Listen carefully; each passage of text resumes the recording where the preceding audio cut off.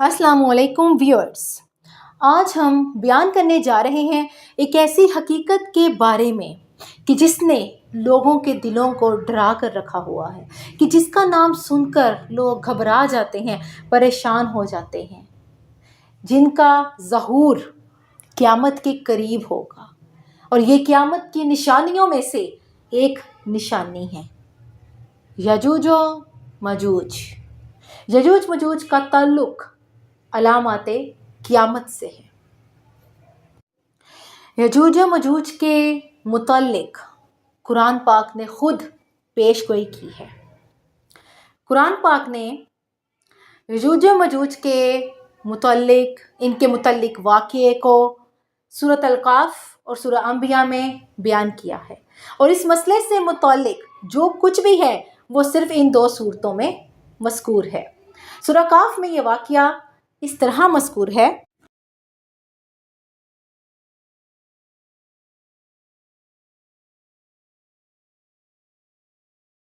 فَمَا اسْطَاعُوا أَن يَظْهَرُوهُ وَمَا اسْتَطَاعُوا لَهُ نَقْبًا قَالَ هَٰذَا رَحْمَةٌ مِّن رَّبِّي فَإِذَا جَاءَ وَعْدُ رَبِّي جَعَلَهُ دَكَّاءَ وَكَانَ وَعْدُ رَبِّي حَقًّا۔ ترجمہ: بس نہیں طاقت رکھتے وہ یجوج و مجوج اس حد پر چڑھنے کی، اور نہ اس میں سوراخ کرنے کی طاقت رکھتے ہیں۔ حضرت ذوالقرنین نے کہا، یہ میرے پروردگار کی طرف سے رحمت ہے، پھر جب میرے رب کا وعدہ آئے گا تو اس کو گرا کر ریزہ ریزہ کر دے گا، اور میرے پروردگار کی فرمائی ہوئی بات سچ ہے۔ صد سے متعلق دیوار ہے جو یجوج و مجوج کے لیے بنائی گئی تھی، جس کو حضرت ذوالقرنین نے بنایا تھا۔ سورہ انبیاء میں اس واقعہ کو اس طرح بیان کیا گیا ہے کہ حَتَّى إِذَا فُتِحَتْ يَأْجُوجُ وَمَأْجُوجُ وَهُم مِّن كُلِّ حَدَبٍ يَنسِلُونَ وَاقْتَرَبَ الْوَعْدُ الْحَقُّ فَإِذَا هِيَ شَاخِصَةٌ أَبْصَارُ الَّذِينَ كَفَرُوا يَا وَيْلَنَا قَدْ كُنَّا فِي غَفْلَةٍ مِّنْ هَٰذَا بَلْ كُنَّا ظَالِمِينَ۔ اور خدا کا سچا وعدہ قریب آ جائے تو اس وقت اچانک ایسا ہوگا کہ جن لوگوں نے کفر کیا ہے اور ان کی آنکھیں کھلی کی کھلی رہ جائیں گی، اور پکار اٹھیں گے، ہائے کم بختی ہماری کہ ہم بے خبر رہے۔ ان دونوں مقامات میں قرآن پاک نے ایک تو یہ بتایا ہے کہ جس زمانے میں ذوالقرنین نے یجوج و مجوج پر سد قائم کی تو اس کے استحکام کی یہ حالت تھی کہ یہ قومیں نہ اس کو پھاند کر اس جانب آ سکتی تھیں، اور نہ اس میں سوراخ پیدا کر کے اس کو عبور کر سکتی تھیں، اور صد کی اس مضبوطی اور پائیداری کو دیکھ کر حضرت ذوالقرنین نے خدا تعالیٰ کا شکر ادا کیا اور یہ کہا کہ یہ سب کچھ خدا کی رحمت کا کرشمہ ہے کہ اس نے مجھ سے یہ نیک خدمت کرا دی۔ اور دوسری بات یہ بیان کی ہے کہ جب قیامت کا زمانہ قریب ہوگا تو یجوج و مجوج بے شمار فوج در فوج نکل کر دنیا میں پھیل جائیں گے اور لوٹ مار اور تباہی و بربادی مچا دیں گے۔ ان دونوں باتوں سے عام طور پر مفسرین نے یہ سمجھا ہے کہ یجوج و مجوج صد ذوالقرنین میں اس طرح محصور ہو گئے ہیں کہ یہ صد قیامت تک اسی طرح صحیح سالم کھڑی رہے گی، اور جب یجوج و مجوج کے خروج کا وقت آئے گا اور وہ قیامت کے قریب اور علامات قیامت میں سے ہوگا تو اس وقت صد گر کر ریزہ ریزہ ہو جائے گی، اور اس لیے انہوں نے دونوں مقامات میں اسی کے مطابق آیات کی تفسیر کی ہے۔ سورہ انبیاء میں صرف یہ مذکور ہے کہ قیامت کے قریب یجوج و مجوج کا خروج ہوگا، اور وہ بہت سرعت کے ساتھ بلندیوں سے پستی کی جانب فساد برپا کرنے کے لیے امنڈ پڑیں گے۔ پس سورہ کاف اور سورہ انبیاء دونوں میں اس واقعے سے متعلق آیات کا صاف اور سادہ مطلب یہ ہے کہ سورہ کاف میں تو پہلے اس واقعے کی تفصیلات سنائی گئی ہیں جن کے متعلق یہود نے نبی اکرم صلی اللہ علیہ وآلہ وسلم سے براہ راست خود یا مشرکین مکہ کے واسطے سے سوال کیا تھا کہ ذوالقرنین کی شخصیت کے متعلق اگر کوئی علم رکھتے ہو تو اس کو ظاہر کریں۔ پھر قرآن پاک یعنی وحی الہی کے ذریعے بتایا گیا کہ ذوالقرنین ایک نیک اور صالح بادشاہ تھا۔ اس نے 3 مہمیں قابل ذکر سر کی، ایک مشرق اقصیٰ کی، دوسری مغرب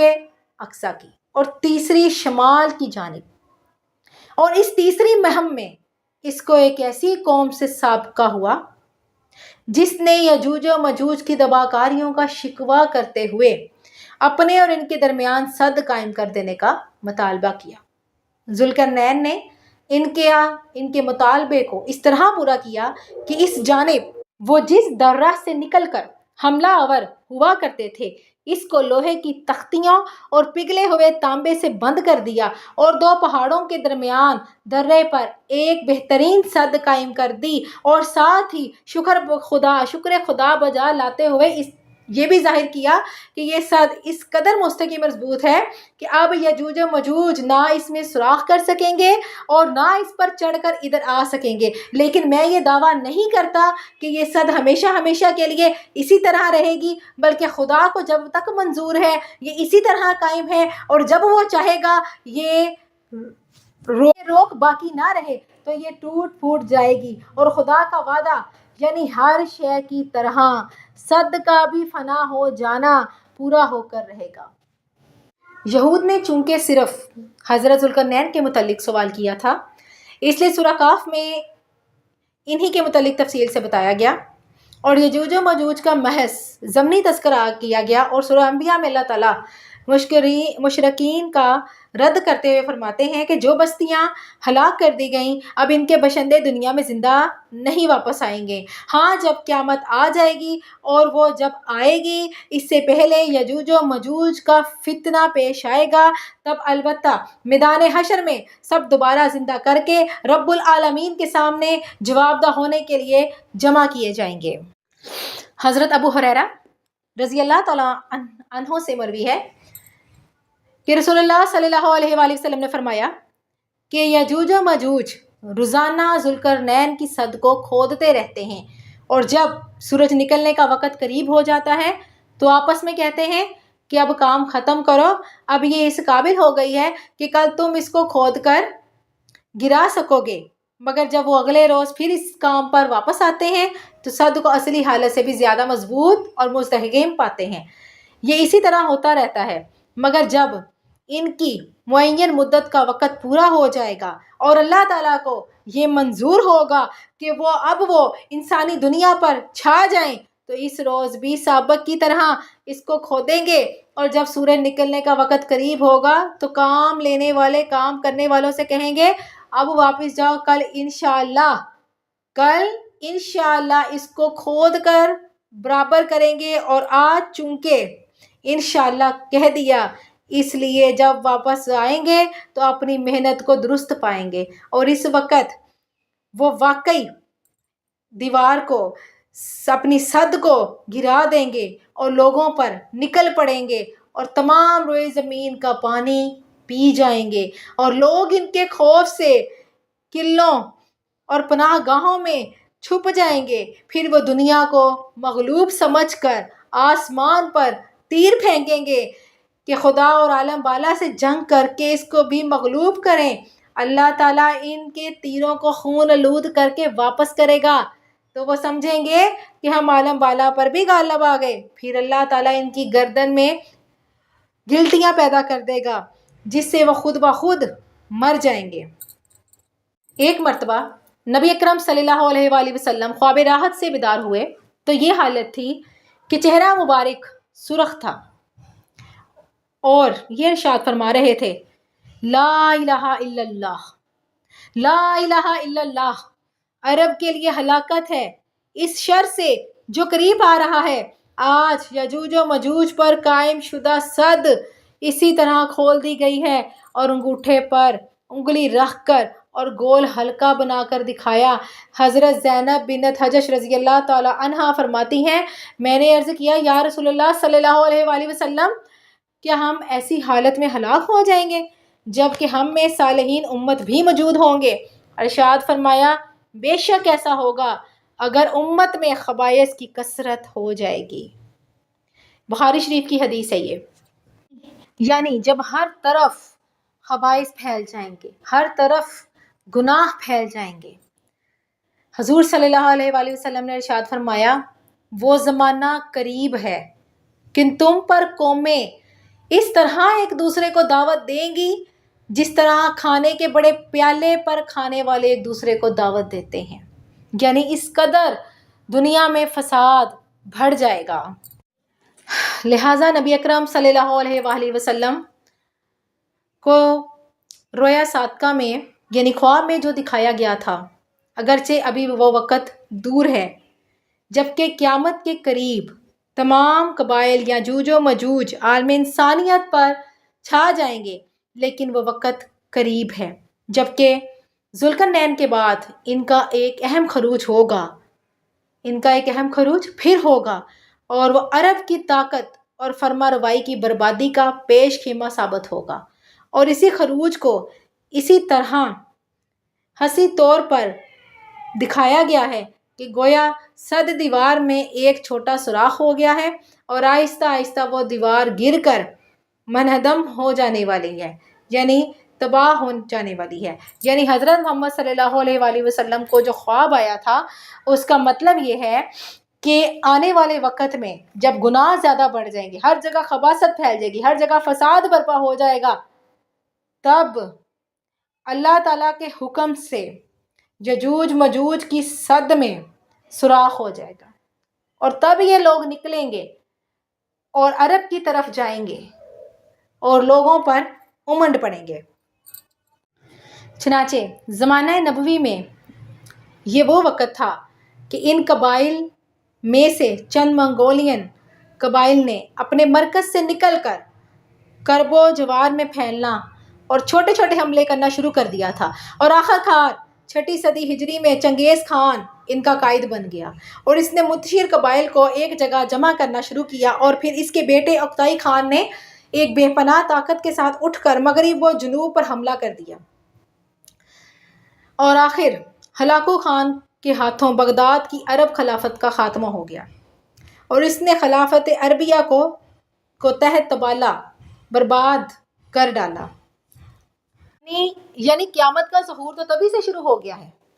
لیکن سب خدا کی رضا ہے۔ جب اللہ کی رضا ہوگی، جب قیامت بالکل قریب آ جائے گی، تب یہ نشانیاں اور نمودار ہوں گی۔ استغفر اللہ، جب حضرت محمد صلی اللہ علیہ وسلم کے زمانے میں جب منگولین، بعد میں چنگیز خان، بعد میں ہلاکو خان، انہوں نے بعد میرے وقتوں میں بعد کے زمانوں میں کیا کچھ نہیں کیا، یہ قیامت کی ہی نشانیاں ہیں، ساری کی ساری قیامت کی ہی نشانیاں ہیں۔ ناظرین یہ سوچیں کہ قیامت کے قریب پھر کیسی نشانیاں ظہور پذیر ہوں گی۔ یہ اس قدر تباہ کن تھیں، ہلاکو خان نے لوگوں کو مار مار کر اس طرح بہایا ان کا خون کہ جیسے نہروں میں خون ہی تھا۔ یہ قیامت کی نشانیاں تھیں، تو جب قیامت قریب ہوگی تب استغفر اللہ اس سے بھی زیادہ خطرناک نشانیاں ظہور پذیر ہوں گی، اس سے بھی زیادہ فساد برپا ہوگا، اور پھر خدا کی رضا ہوگی اور یجوج وحرام على قرية أهلكناها أنهم لا يرجعون حتى إذا فتحت يأجوج ومأجوج وهم من كل حدب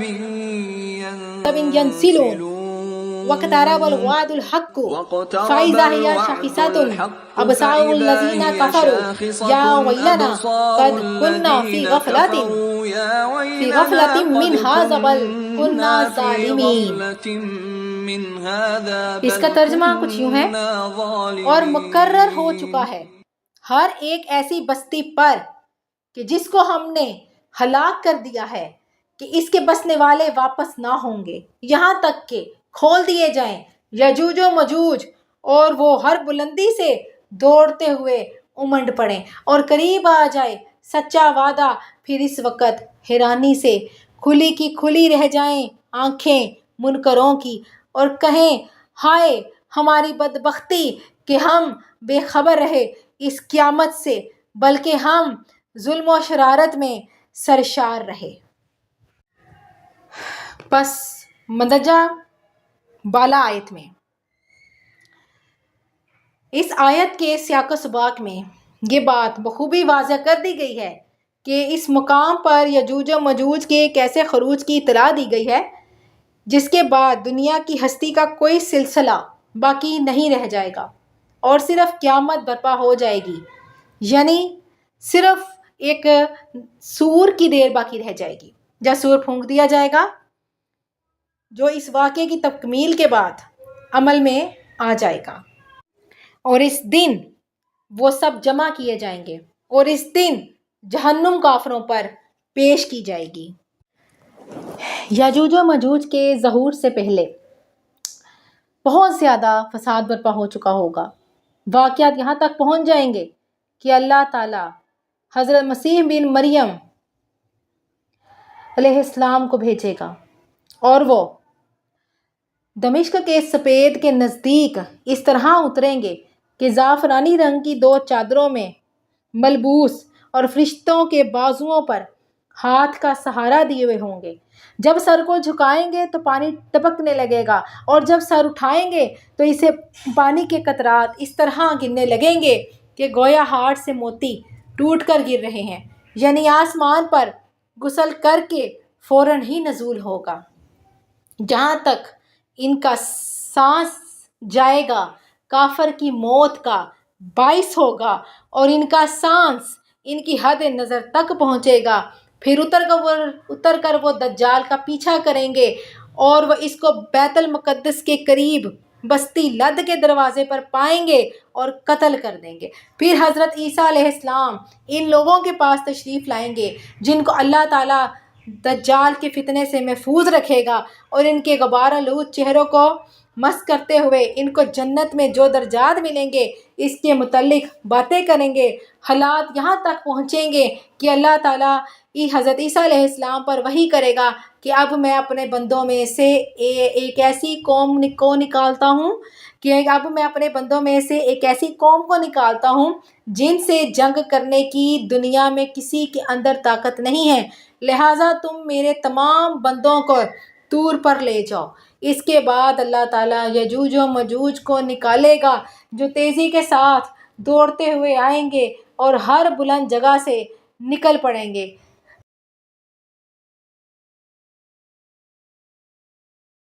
دنیا پر چھا جائیں گے، سب کچھ نیست و نابود کر دیں گے۔ ناظرین، یجوج مجوج قیامت کی نشانیوں میں سے ایک نشانی ہوگی۔ اللہ تعالیٰ ہم سب کی حفاظت فرمائے۔ میری دعا ہے اللہ تعالیٰ اس وقت جب یہ وقت سب پہ آنا ہے، کیونکہ قبروں میں سے بھی سب نے نکلنا ہے، تب اللہ ہم سب کی حفاظت فرمائے۔ روزہ آخرت اللہ تعالیٰ ہمارے گناہوں کو بخش دے اور ہمیں جنت الفردوس میں اعلیٰ مقام نصیب فرمائے، کیونکہ ہمارے پیارے نبی حضرت محمد صلی اللہ علیہ وسلم نے فرمایا کہ جب بھی دعا مانگو اپنے لیے تو یہی دعا کرو کہ اللہ تعالیٰ ہمیں جنت الفردوس میں جگہ نصیب فرمانا۔